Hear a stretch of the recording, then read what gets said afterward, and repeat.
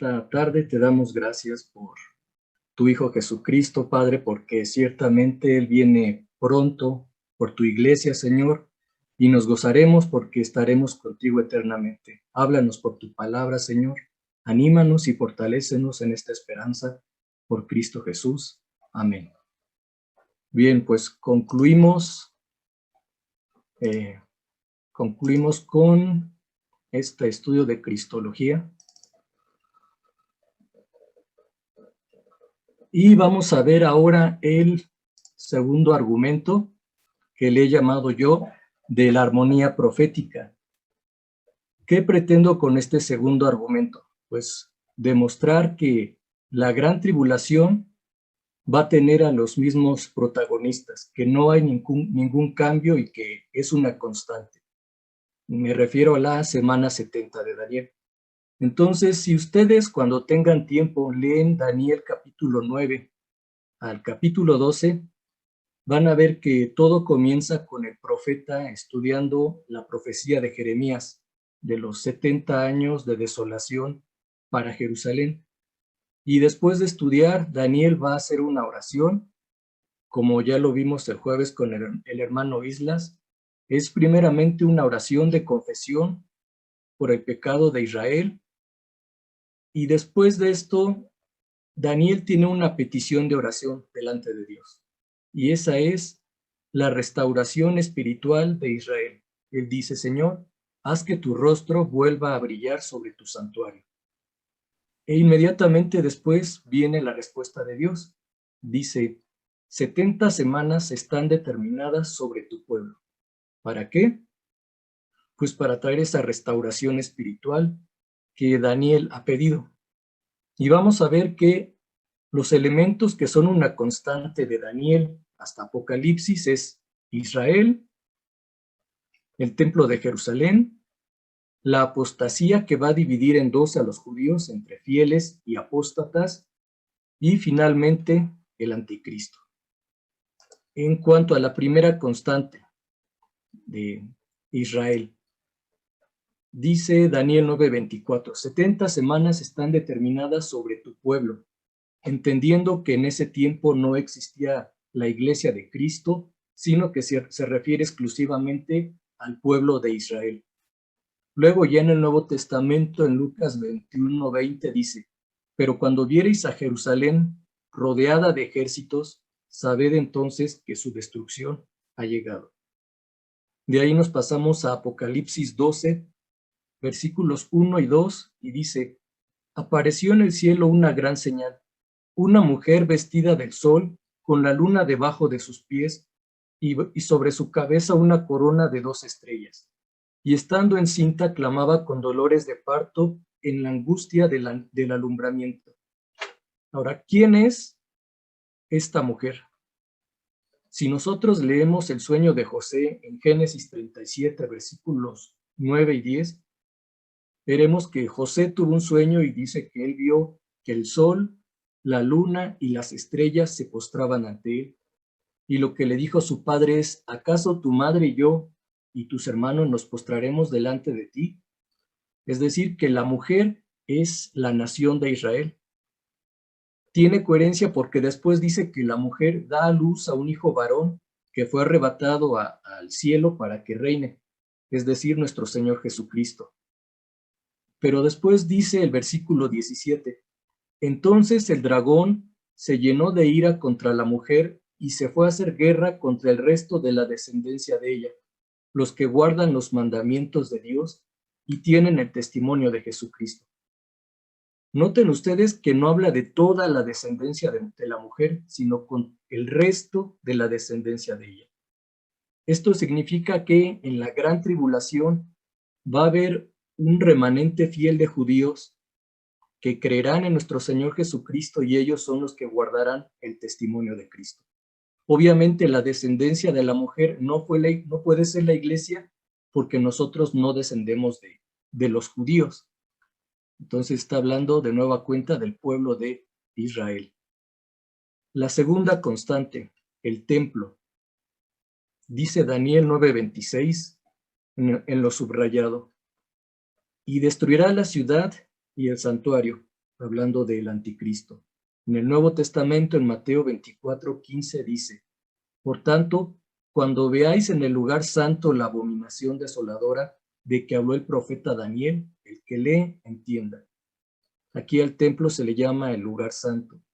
Y en Apocalipsis 11, versículo 1 y 2, dice: entonces me fue dada una caña semejante a una vara de medir, y se me dijo: levántate y mide el templo de Dios, y el altar y a los que adoran en él.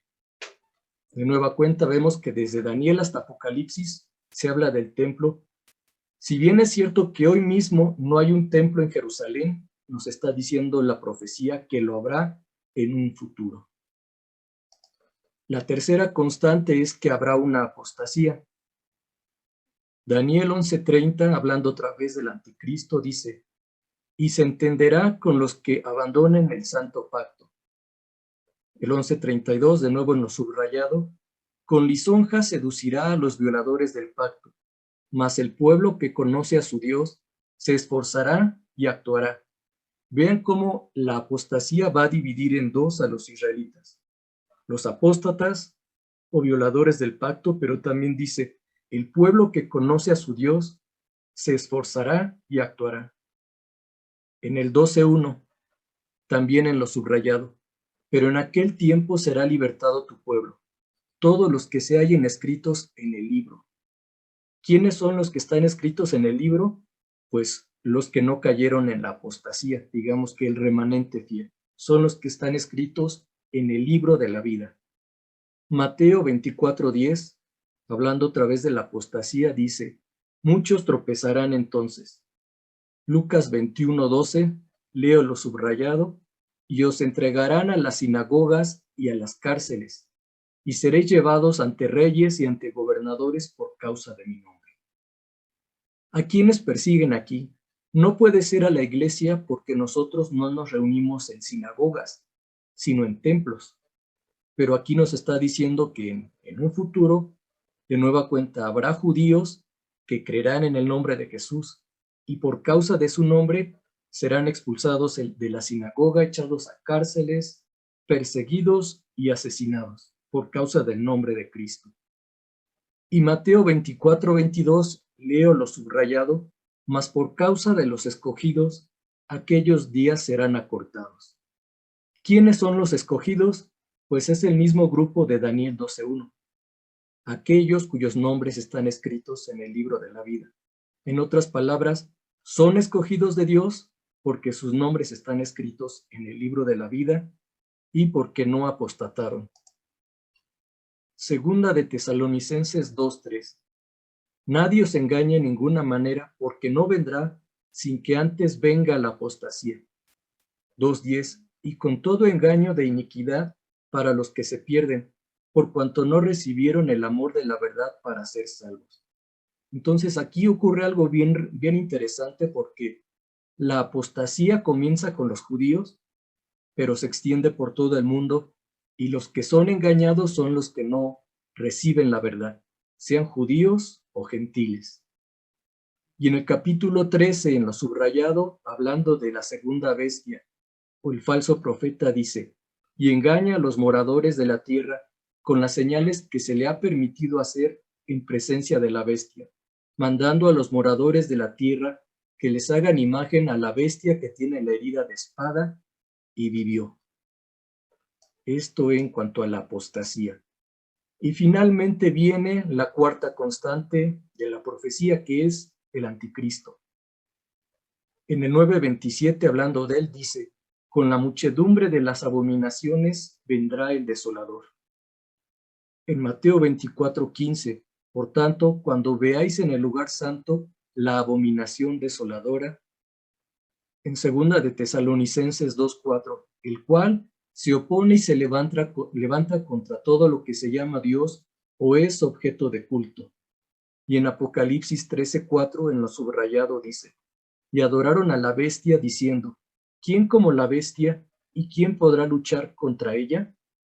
Entonces vemos que de principio a fin las constantes son las mismas: Israel, el anticristo, el templo de Jerusalén y la apostasía que dividirá a los israelitas en dos, apóstatas y fieles.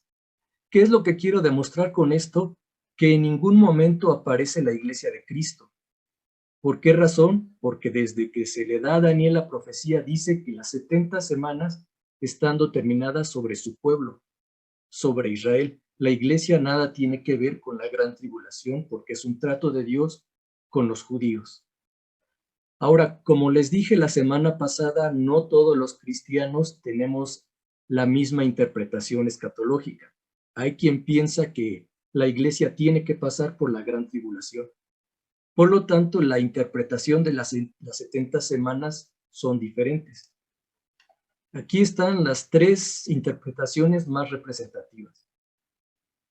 Esta, la primera y la segunda, prácticamente es lo mismo y creen que la iglesia tiene que pasar por la gran tribulación. Y esta, donde está mi cursor, la tercera, es la nuestra. Entonces ellos comienzan a correr las 70 semanas desde el año 457, cuando Artajerjes da el decreto, y este decreto está en el libro de Esdras. Entonces son primero 7 semanas o 49 años para que se reconstruyan las murallas. Luego hay 62 semanas, dicen ellos que comienza con el bautismo de Cristo y quedaría una semana. Para ellos, la semana 70 debe ser corrida inmediatamente después de la 69. O sea, la semana 70 terminaría en el año 34 después de Cristo. El problema aquí es que en el año 34 no se cumple la destrucción del templo ni de la ciudad de Jerusalén, como dice la profecía. La segunda interpretación es casi lo mismo, solo que la semana 70 ellos la van a espiritualizar y en lugar de ser una semana de 7 años, la hacen semana de 70 años. Y la comienzan a correr desde el año 0, según ellos, el año en que nació Cristo, hasta el año 35, que sería la mitad de la semana, en el 35 después de Cristo, donde según ellos, Cristo murió. Y la otra mitad de la semana, o los otros 35 años, terminarían en el 70 después de Cristo, cuando nuestro Señor Jesucristo, cuando el templo es destruido. Y finalmente está nuestra interpretación. La diferencia entre nosotros y ellos es que nosotros corremos las 70 semanas desde el año 444 antes de Cristo, que fue un decreto de Artajerjes, y eso lo encontramos en Nehemías 2, versículos 1 al 8. Si ustedes lo leen, verán que Nehemías pregunta a un judío cuál es la situación de Jerusalén, y le dicen que la situación sigue igual. La ciudad está destruida, los muros destruidos y las puertas quemadas. O sea, aunque se habían dado muchos decretos, no se había reconstruido la ciudad de Jerusalén hasta que Artajerjes envía a Nehemías como gobernador de Judea y comienza el trabajo de reconstrucción. Entonces tenemos 7 semanas para la reconstrucción de Jerusalén y 62 semanas. 62 más 7, hermanos, son 69 semanas. Ahora recordemos que los judíos tenían el calendario lunar, no el calendario solar, y el calendario lunar es de 360 días. 69 semanas son igual a 173,880 días. Y si nosotros lo corremos desde el 444, llegamos al 33 después de Cristo, que sería la fecha en que se cumplen las 69 semanas y también cuando nuestro Señor Jesucristo es crucificado. ¿Por qué no estamos de acuerdo que fue el año 31? Bueno, porque si vemos el cálculo de los días de Pascua y buscamos un día donde el jueves de Pascua, donde el mes de Aviv, Pascua haya caído un jueves, solo hay 2 fechas posibles, o el 30 o el 33 después de Cristo. No puede ser ni el 31 ni el 32. Entonces concuerda el 33 con los 173,880 días. Ahí es cuando se cumplen las 69 semanas, en el 33 después de Cristo, y así lo confirman los evangelios, porque dicen los evangelios que En la noche, un jueves en la noche, el Señor comió la última cena con sus discípulos. El viernes es crucificado y resucita el domingo en la madrugada. Así que las 69 semanas se cumplen en el 33 después de Cristo. La diferencia también con ellos es que nosotros creemos que la semana 70 está suspendida, que aún no se ha cumplido y que se cumplirá hasta que sea la gran tribulación. Bueno, pero es arbitrario de nuestra parte separar la semana 70 de las otras 69. No, hermanos, porque si ustedes buscan en un diccionario bíblico, por ejemplo, yo busqué en la concordancia de Strong, busquen la palabra determinar y es el hebreo katak, que puede ser traducido como cortar, separar, decretar, determinar. Entonces, si nosotros cortamos o separamos la semana 70 de las otras 69, pues no estamos haciendo algo arbitrario. Al contrario, la misma palabra lo permite. Y aquí les he puesto la traducción de la Biblia de la Universidad de Jerusalén, que es la Biblia oficial del gobierno de Israel. Fíjense cómo traduce la semana 70, desde el versículo 25. Entiende y comprende desde el instante en que salió la orden de volver a construir Jerusalén hasta un príncipe Mesías, 7 semanas y 62 semanas. O sea, son 69 semanas. Plaza y foso serán reconstruidos, pero en la angustia de los tiempos. Y después de las 62 semanas, o sea, terminando las 69, un Mesías será suprimido y no habrá para él. Hablando de la muerte de Cristo. Después, y destruirá la ciudad y el santuario, el pueblo de un príncipe que vendrá. Hablando del anticristo. Su fin será un cataclismo y hasta el final, la guerra y los desastres decretados. Él concertará con muchos una firme alianza una semana. ¿Quién es él? Gramaticalmente el único que puede ser es el príncipe que vendrá, no el Mesías príncipe. Entonces es el anticristo el que hace un pacto o una alianza por una semana y a la mitad de la semana hará cesar el sacrificio y la oblación. Y en el ala del templo estará la abominación de la desolación hasta que la ruina decretada se derrame sobre el desolador.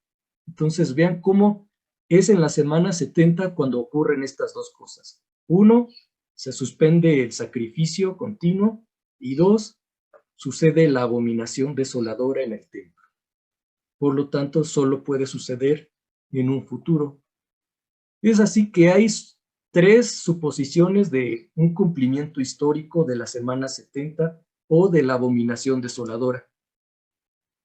Están aquellos que piensan que esta abominación se cumplió en el siglo II antes de Cristo con el rey griego Antíoco Epífanes.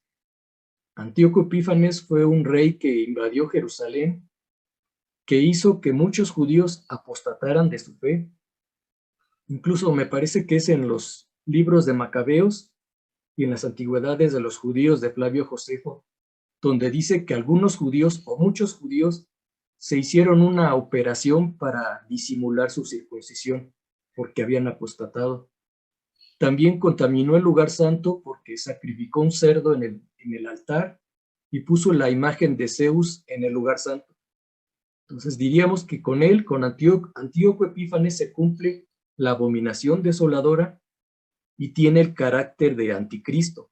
Pero lo que no se cumple es la destrucción del templo, ni tampoco de la ciudad de Jerusalén. La segunda teoría es que se cumplió la semana 70 en el año 70 después de Cristo, porque fue Jerusalén y el templo destruidos por los romanos. Pero lo que no se cumple es la apostasía, porque los romanos no provocaron a los judíos a que apostataran de su fe, como sí lo hizo Antíoco. Y tampoco tiene el carácter de anticristo el emperador romano. Si ustedes hacen una comparación entre el carácter del anticristo en Daniel 11, del 30 al 39, y lo comparan con el libro La guerra de los judíos de Flavio Josefo, libro 6, capítulo 11 al 16, que ese libro lo encuentran en PDF en internet. Dice Josefo que hasta ese tiempo ningún emperador romano era irrespetuoso para con el Dios de Israel. Al contrario, lo respetaban mucho e incluso el emperador Octavio Augusto dio un obsequio de oro para el templo de Jerusalén. Tampoco fue la intención de Tito destruir la ciudad ni el templo. Al contrario, su intención era liberar a los judíos que estaban secuestrados por los judíos guerrilleros. A muchos de ellos los mataron de hambre y a otros los mataron por intentar huir de la ciudad. Incluso Josefo dice que cuando Tito se enteró de lo que estaba sucediendo dentro de la ciudad, levantó sus manos al cielo, lloró y dijo que él no era culpable de eso. La orden fue no destruir el templo, pero un soldado romano desobedeció, lanzó una tea de aceite ardiendo y se quemó el templo. Después otros soldados romanos lo saquearon, pero no fue la intención de los romanos destruirla. Así que solo se cumple la destrucción del templo, de la ciudad, pero no se cumple el carácter del anticristo ni la apostasía. Entonces solamente nos queda una posibilidad y esa es escatológica. Porque dice segunda de Tesalonicenses 2:4 que el anticristo se siente en el templo de Dios, haciéndose pasar por Dios y se levanta contra todo aquello que es objeto de culto. Entonces, sí tiene carácter de anticristo, va a provocar apostasía con su marca, va a haber un templo en Jerusalén en aquel tiempo y también va a haber una destrucción, porque dice Zacarías 14:2, yo reuniré a las naciones para combatir contra Jerusalén, y la ciudad será tomada y saqueada y las mujeres violadas. Entonces, toda la semana 70, lo que dice, puede tener su cumplimiento solamente en un futuro. No fue ni con Antíoco Epífanes, ni tampoco con el general Tito. Ahora, este punto controversial de las 70 semanas, diferimos nosotros con muchos cristianos que piensan que la iglesia es el nuevo Israel. Por eso es que ellos consideran que la iglesia va a pasar por la gran tribulación, por la imagen que hay de Israel en el Apocalipsis.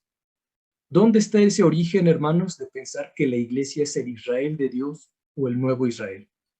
Todo parte de la llamada teología del pacto.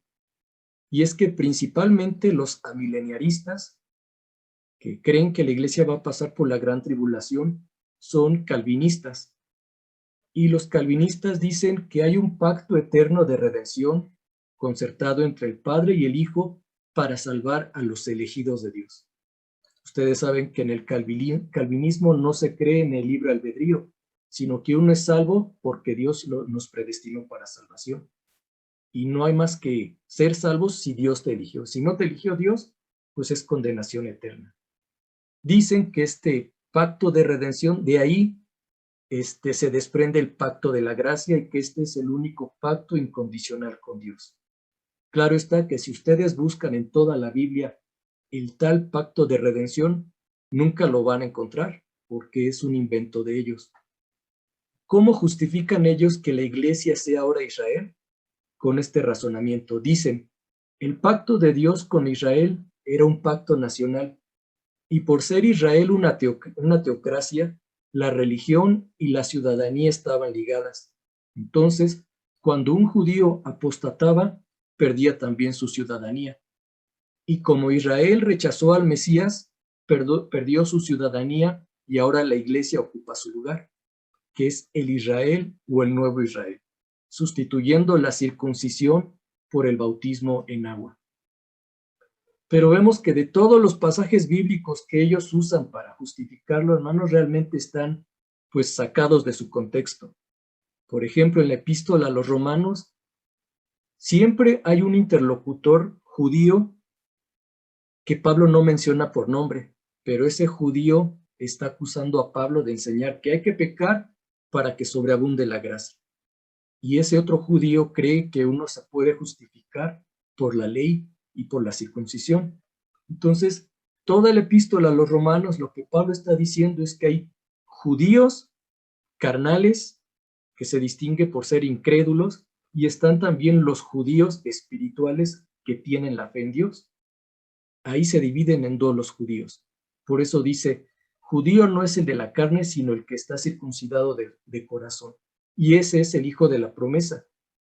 Por ejemplo, dice él, Jacob y Esaú eran hermanos, hijos de Isaac. Pero el hijo de la promesa era Jacob. ¿Por qué? Porque Jacob tenía fe y Esaú no tenía fe. Esa es la diferencia. Aplicada ese tiempo, había judíos que creyeron en Jesús, que eran los espirituales, los circuncidados de corazón, mientras que los judíos carnales fueron los incrédulos. En Filipenses 3 dice Pablo, nosotros somos la circuncisión. Pero si leemos el contexto, Pablo está en una polémica con los judaizantes. Primero dice, guardaos de los perros, guardaos de los malos obreros, guardaos de los mutiladores del cuerpo. Y después dice, porque nosotros somos la circuncisión. ¿Quiénes? Pues Pablo y Timoteo, que eran judíos que predicaban la gracia y no la ley. De la misma manera en Gálatas es cierto que dice, paz al Israel de Dios, aquí donde está mi cursor. Pero Pablo está hablando a la iglesia como el Israel de Dios. Si ustedes leen de nueva cuenta el contexto, en el versículo 13 dice, porque ni aun los mismos que se circuncidan guardan la ley. Luego más, o sea, hablando de los judaizantes, luego dice, porque en Cristo Jesús ni la circuncisión vale nada, ni la incircuncisión, sino una nueva creación. Y a todos los que anden conforme a esta regla, paz y misericordia hacia ellos. O sea, a toda la iglesia de Cristo. Y finalmente dice, y al Israel de Dios. Fíjense, si esta Y no apareciera, diría, paz y misericordia sea ellos al Israel de Dios, hablando de todos los gentiles, pero al incluir y al Israel de Dios, está hablando de un grupo diferente. O sea, son judaizantes primero, toda la iglesia en general y finalmente al Israel de Dios, los judíos que sí han creído en el Mesías. Concluimos entonces que el pacto que Dios hizo con Abraham fue unilateral y no pudo abrogarse por la ley dada 430 años más tarde. En Romanos 9 al 11 nos dicen que los hijos de la promesa son realmente el remanente fiel de judíos que creyó en Jesús, así como Pablo, pues no todos los judíos son apóstatas. En un futuro las ramas que fueron desgajadas serán injertadas y entonces todo Israel será salvo. Pero ¿qué sucederá cuando todo Israel sea salvo, hermanos? Fíjense, lo más importante, Romanos 11, 26 y 27. Y luego todo Israel será salvo, como está escrito, vendrá de Sión el libertador, que apartará de Jacob la impiedad, y este será mi pacto con ellos cuando yo quite sus pecados. Si lo comparan con Daniel 9:24, dice, 70 semanas están determinadas sobre tu pueblo y sobre tu santa ciudad para terminar la prevaricación y poner fin al pecado y expiar la iniquidad, para traer la justicia perdurable y sellar la visión y la profecía y ungir al santo de los santos. Entonces es cuando todo Israel sea salvo, dice, se quitará de Jacob la impiedad, o, como dice Daniel, se expiará la iniquidad. Yo quitaré sus pecados, dice Daniel, y poner fin al pecado. O sea, la semana 70 concluye con la conversión de todo Israel para salvación. Por lo tanto, sería una incongruencia decir que nosotros somos el Israel de Dios si la palabra de Dios nos dice que la iglesia no es ni griega ni judía, sino un pueblo nuevo y una nueva creación. Los que creen que la iglesia tiene que pasar por la gran tribulación dicen que existe una iglesia del Antiguo Testamento y una iglesia del Nuevo Testamento. Pero la iglesia es un misterio revelado hasta el Nuevo Testamento y creada después de la obra de Cristo. Dice Mateo 16:18. Y yo también te digo que tú eres Pedro, y sobre esta roca edificaré mi iglesia, tiempo futuro. Así que la iglesia no es el Israel de Dios ni el nuevo Israel. Dios no se ha desentendido de los judíos y la promesa es esa, que en un futuro, en la semana 70, Israel será salvo y se cumplirá lo que había pedido Daniel en su oración. Ahora sí, el argumento número 3, que le he llamado el argumento emocional. Les he dejado aquí algunas palabras griegas que se usan para hablar de la venida de Cristo, pero los más importantes son el 6 y el 7, el día de Cristo y el día del Señor o el día de Jehová.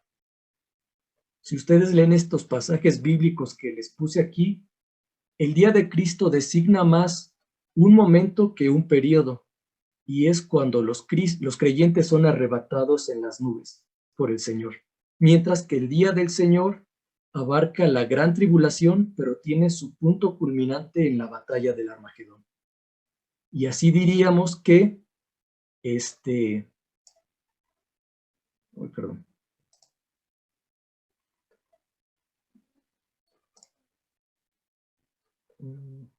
Perdón, sí, aquí está. Diríamos que el día de Cristo y el día del Señor comienzan en el mismo momento. No sabemos ni el día ni la hora. Pero sí sabemos cuándo termina el día del Señor, que es en el Armagedón, junto con la segunda venida de Cristo. Tienen un mismo cumplimiento. O sea, el día de Cristo y el día del Señor podría ser hoy, mañana, en 5 años o en 10 años. Pero el día del Señor en su cumplimiento sí podemos saber cuándo será. Miren, aquí está Primera de Tesalonicenses 5, 2 y 3 dice, el día del Señor vendrá así como ladrón en la noche. Mateo 24, 36 dice, pero el día y la hora nadie sabe. Es inminente tanto el día de Cristo como el día del Señor. Pero como les dije, sí podemos saber cuándo termina el día del Señor, porque Daniel 12, del 7 al 17, en lo subrayado dice, un tiempo, tiempos y medio tiempo, y todas estas cosas se cumplirán cuando termine el quebrantamiento de la fuerza del pueblo santo. O sea, 3 años y medio y termina el quebrantamiento de Israel. Y más adelante dice, del versículo 11, contando desde el momento en que se ha abolido el sacrificio perpetuo e instalada la abominación de la desolación, 1290 días. O sea, desde que es puesta la abominación desoladora, contar 1290 días y termina todo. Mientras que Apocalipsis 13 dice que a la bestia se le dio autoridad para actuar 42 meses. ¿Sí ven la diferencia? No sabemos cuándo comienza el día del Señor y el día de Cristo, pero sí podemos saber cuándo termina el día del Señor. 1290 días después de la abominación desoladora, o 3 años y medio o 42 meses después que se le dio la autoridad a la bestia. Así que si podemos resumir primera y segunda de Tesalonicenses, lo que nos dice es, número 1, en el presente tiempo la iglesia de Cristo es atribulada, pero en un futuro Dios le dará descanso a su iglesia para atribular al mundo, a los incrédulos. 2, ya está en acción el espíritu del anticristo, pero el presente tiempo hay quien lo detiene, o sea, el Espíritu Santo de Dios en la iglesia. 3, cuando la iglesia sea arrebatada en las nubes, entonces se manifestará el anticristo y la apostasía. Y 4, en el día del Señor el anticristo será destruido por el resplandor de la gloria de Cristo en su segunda venida con sus santos. Ese es el resumen de las 2 epístolas. Ahora el texto en cuestión es lo que les dije hace 4 meses. Los tesalonicenses habían recibido una supuesta profecía y una supuesta carta de Pablo donde les decía, ya estamos en la gran tribulación y el día de Jehová grande y terrible se ha acercado. La reacción de los hermanos es espantarse. Palabras claves de este texto es mover, conturbarse y venida. Mover puede ser traducido como agitar y da la idea de una pequeña barca que es azotada en medio de una tormenta de mar. Conturbar, que puede ser traducida también como lamentar, aterrar o conturbar. y venida, que es parusía, pero también significa la presencia o la llegada de un rey. Es decir, escucharon los tesalonicenses que ya estaba cerca el Armagedón y que ya estaban en la gran tribulación y se aterrorizaron. Si Pablo les hubiera enseñado que la iglesia tiene que pasar por la gran tribulación, pues no se hubieran aterrorizado, más bien se hubieran gozado de que estaban cada día más cerca de encontrarse con el Señor. Pero si Pablo no les enseñó eso, sino que la iglesia será arrebatada en las nubes antes de la gran tribulación, entonces se entiende su reacción emocional de aterrorizarse. ¿Por qué razón? Bueno, hermanos, ¿se acuerdan que en la semana pasada les dije que para interpretar la Biblia es bien importante el contexto gramático histórico? Y la palabra parusía, en el contexto histórico, se hablaba de la presencia o la llegada de un rey a determinada región. Y cuando este rey llegaba a una ciudad, por ejemplo, se tenía que seguir un protocolo. El protocolo era primeramente, como aquí está el número 1, el rey no entraba a la ciudad, sino que se detenía a cierta distancia. El siguiente paso es que los habitantes de la ciudad salían al encuentro del rey. Normalmente era como 1 kilómetro. Y cuando encontraban al rey era un momento de celebración, donde había gozo, había música, había palabra de bienvenida para el rey, o sea, una celebración. Y después de cumplida la celebración, ahora sí, el pueblo y el rey entraban juntos a la ciudad. Esto es precisamente lo que está diciendo Pablo en Primera de Tesalonicenses 4. Cristo, cuando venga, se va a detener hasta las nubes. Entonces toda la iglesia de Cristo va a ser arrebatada para que recibamos al Señor, al Rey de Reyes, en las nubes, y comenzará un momento de celebración con nuestro Señor. Cristo será glorificado en su iglesia, mientras que acá abajo en la tierra está la gran tribulación. Y una vez que se haya cumplido la celebración, ahora sí, Cristo baja con su iglesia, con sus santos, a la tierra. Y ahora la parusía ya no es una celebración, sino que ahora es una invasión militar. Cristo desciende para destruir al anticristo y a sus ejércitos. Por eso es que se reaccionaron de esa manera los tesalonicenses, porque no estaría existiendo ninguna parusía de acuerdo a esa carta o supuesta profecía que les dieron.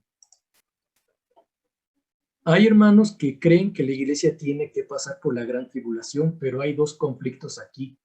Si la iglesia es arrebatada al final de la gran tribulación, entonces se pierde la inminencia, porque ya sabemos la fecha.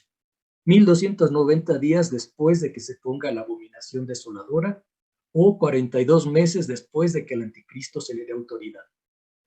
Y ya no sabríamos la hora, pero sí la fecha y el día.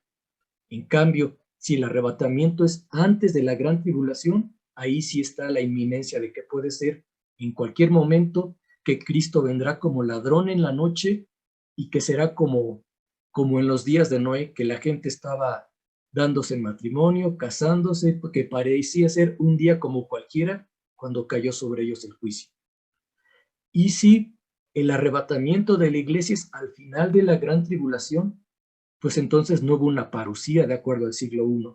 Nunca hubo una celebración al rey, porque simplemente somos arrebatados en las nubes para inmediatamente después bajar con Cristo.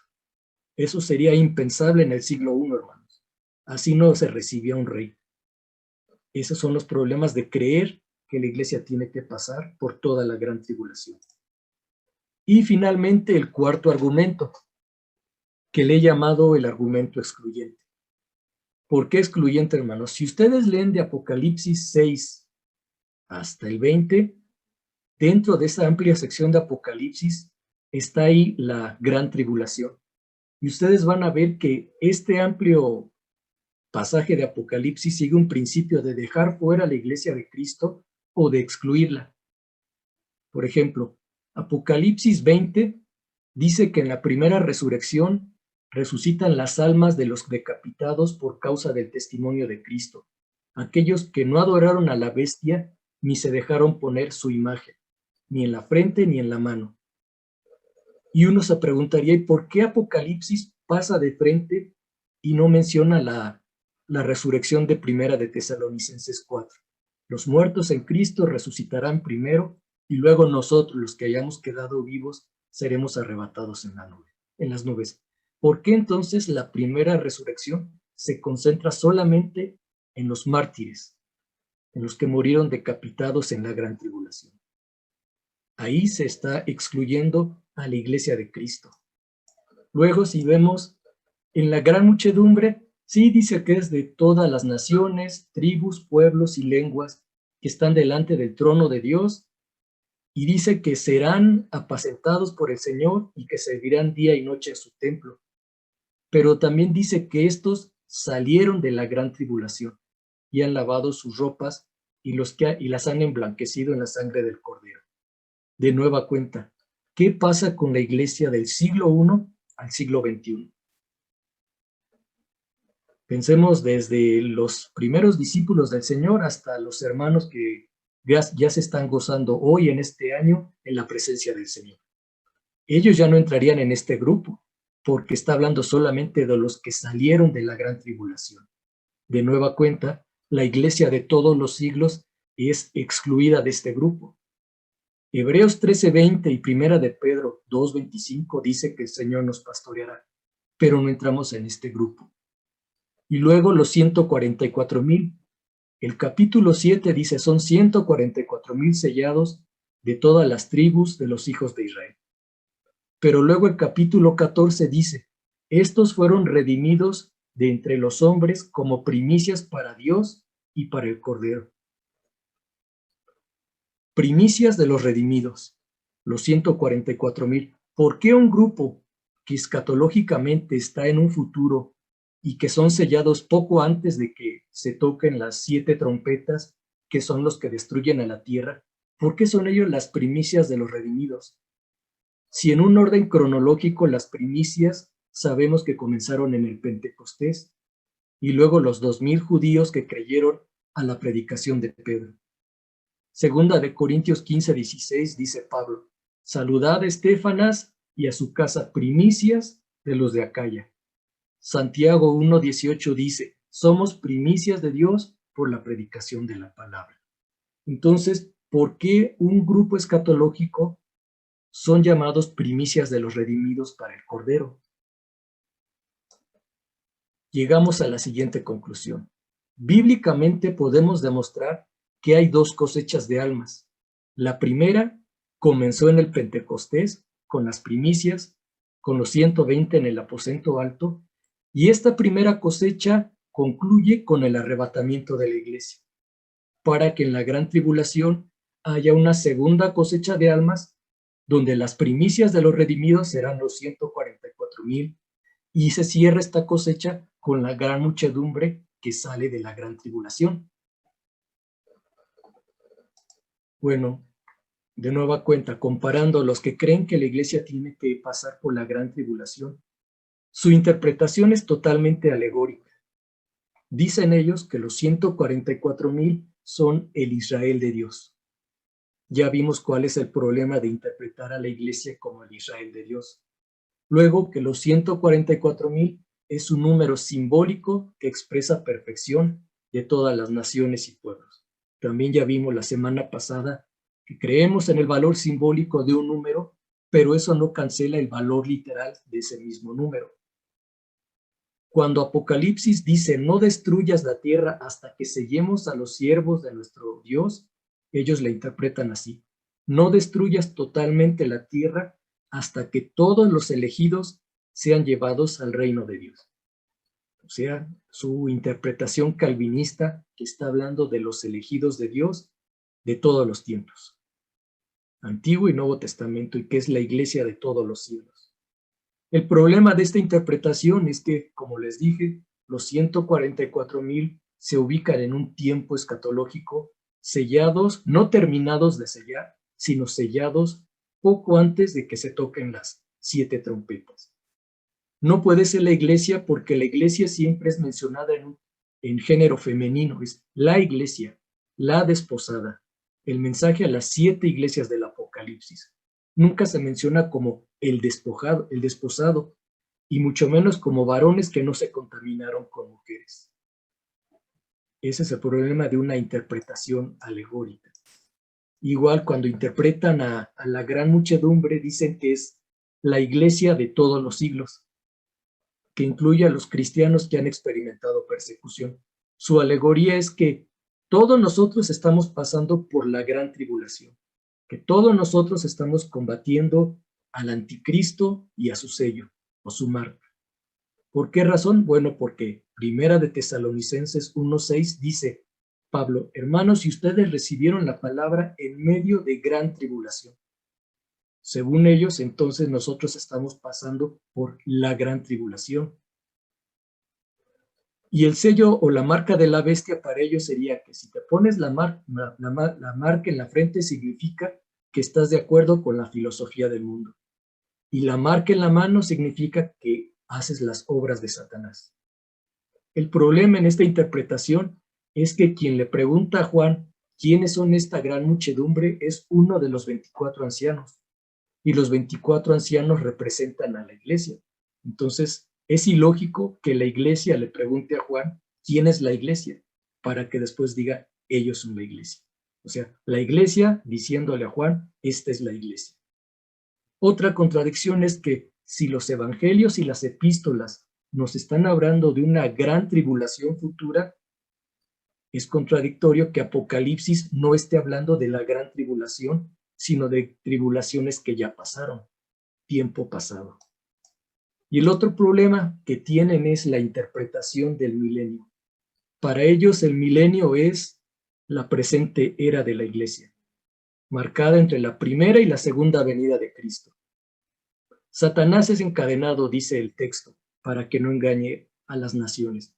Su interpretación calvinista es que, sí, Satanás no puede engañar, pero a las naciones predestinadas para salvación.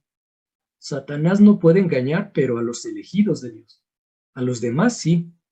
Por eso China sigue siendo engañada, porque no fue predestinada para ser una nación cristiana. Luego dice que Satanás, el texto dice, Satanás será soltado cuando se cumplan los 1000 años. Ellos interpretan poco antes o al final del milenio o de la presente era de la iglesia, Satanás será soltado en la gran tribulación para que engañe a las naciones. Pero de nueva cuenta eso no dice la palabra de Dios. Dice, cuando se cumplan los 1000 años, entonces Satanás será soltado. Que en su interpretación no podría ser porque si el milenio concluye con la segunda venida de Cristo, estaría diciendo que en el estado eterno Satanás será soltado para engañar pues, a las naciones. Otro problema también es que dicen los mártires que resucitan son la primera resurrección espiritual. No es física, sino espiritual. Y son todos los que creyeron en Jesucristo. Es la iglesia de todos los siglos. Pero el pasaje bíblico no nos está diciendo que los que resucitan son los que estaban muertos en sus pecados y por la fe en Jesús resucitaron, sino que nos está diciendo que los que murieron fue por causa del testimonio de Cristo, por negarse a adorar a la bestia. O sea, antes de morir, ellos ya habían nacido espiritualmente de nuevo. No puede ser una resurrección espiritual, menos cuando dice que los otros muertos resucitaron 1000 años después. No está hablando de una resurrección espiritual. Y de nueva cuenta, la bestia es algo alegórico, que es la presente filosofía mundana. Lo contradictorio aquí también es que el pasaje de Apocalipsis nunca menciona la palabra mártires, sino decapitados. Dicen ellos que un mártir no necesariamente es alguien que muere violentamente. Por ejemplo, si un cristiano muere en paz a los 80 años, pero si fue hasta su vida, hasta el final de su vida fiel a Cristo, es un mártir. Pero el texto nos habla de decapitados, no de mártires, y no todo mártir es un decapitado, por lo que este pasaje está hablando de personas que resucitan físicamente y que vivieron en la gran tribulación y murieron violentamente. No habla de la iglesia de todos los siglos. Entonces el problema es que cuando se espiritualizan los tiempos, los números, los acontecimientos y las personas, Apocalipsis puede significar lo que uno quiera. Y para concluir, hermanos, la gran tribulación será un periodo de juicio sobre la tierra, pero continuará siendo un tiempo de reconciliación con Dios para el que se arrepienta. Dios va a derramar su ira sobre la tierra, pero Dios va a continuar derramando misericordia sobre el mundo, para que de esa manera Dios sea glorificado doblemente, por ser justo, dando al mundo conforme a sus obras, pero también por ser misericordioso para con el pecador arrepentido. Si creemos que ya fuimos redimidos por el Cordero, lavados por su sangre, sellados con el Espíritu Santo y que tenemos ya las arras, entonces es imposible que entremos a la gran tribulación. ¿Por qué? Pues porque ya fuimos redimidos. De esa manera, en la gran tribulación, las primicias de los redimidos serán los 144,000. Y hasta aquí el estudio de Cristología, hermanos. Dios les bendiga. Oye, Oscar, ¿podemos preguntar? Sí, Sandy. Creo que me confundí un poquito en la parte de los que creen que actualmente es el milenio. Esos son los amilenialistas, ¿no? Amileniaristas, sí. Ajá, y anteriormente dijiste que había unos que creían que la tribulación es el presente porque el evangelio se les impartió en medio de tribulación. Uh-huh. Esos son... Las comparaciones que hice fue entre nosotros y los amileniaristas. Ah, ok. Entonces, ¿ellos creen que es tribulación junto con milenio en la actualidad? Así es. Milenio ok. El milenio para ellos comenzó desde que Cristo vino, desde que se Ujú. encarnó, y el milenio termina en la segunda venida de Cristo, terminando la gran tribulación. Ok. Ajá. Y bueno, otra pregunta. Si ellos creen que ahorita es la tribulación, pues en lo que ellos creen tiene espacio las bodas del Cordero y el tribunal, o en qué momento es para ellos eso. Para ellos sería terminando el milenio y la gran tribulación. Sería, digamos, que en el estado eterno, porque no hay milenio para ellos. Para ellos es milenio, lo que vivimos ahora, viene Cristo por segunda vez, y después de que sea la segunda venida de Cristo, inmediatamente el juicio general y la resurrección general, y ya el estado eterno. Ah, ok. O sea que también para ellos los 7 años de tribulación no son nada, ¿no? Es la interpretación alegórica. Sí. Lo raro de esto, Sandy, es que cuando hablan de las 70 semanas de Daniel, ellos interpretan que una semana son 7 años, que media semana son 3,5 años, que son 1260 años, pero cuando la interpretan en Apocalipsis, ya no es literal, sino que es algo simbólico y no determinado. Por ejemplo, 1260 días o 3 años y medio significa para ellos igual el milenio, la presente era de la iglesia. O, por ejemplo, los 2 testigos para ellos significan simbólicamente la iglesia.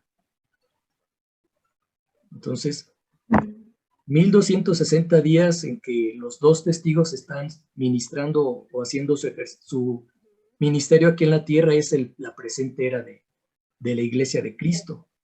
El problema también en esta interpretación es que si los 2 testigos mueren por el anticristo, eso significaría que toda la iglesia muere en la gran tribulación, ¿no? Y cuando venga Cristo, pues todos están muertos, todos resucitan. No se cumpliría lo que dice Pablo, que les digo un misterio, no todos moriremos, pero todos seremos transformados. Esos son los problemas de espiritualizar. Ok, gracias, Oscar. Por nada, salud.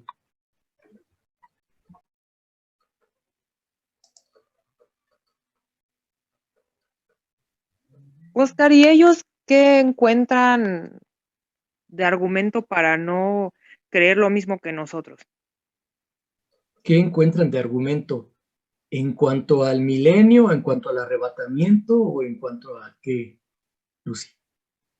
O sea, más bien ellos tienen su teoría y por qué, bueno, no, más bien como que pensaba, así como tú ves en ellos esas incongruencias o esas, eh,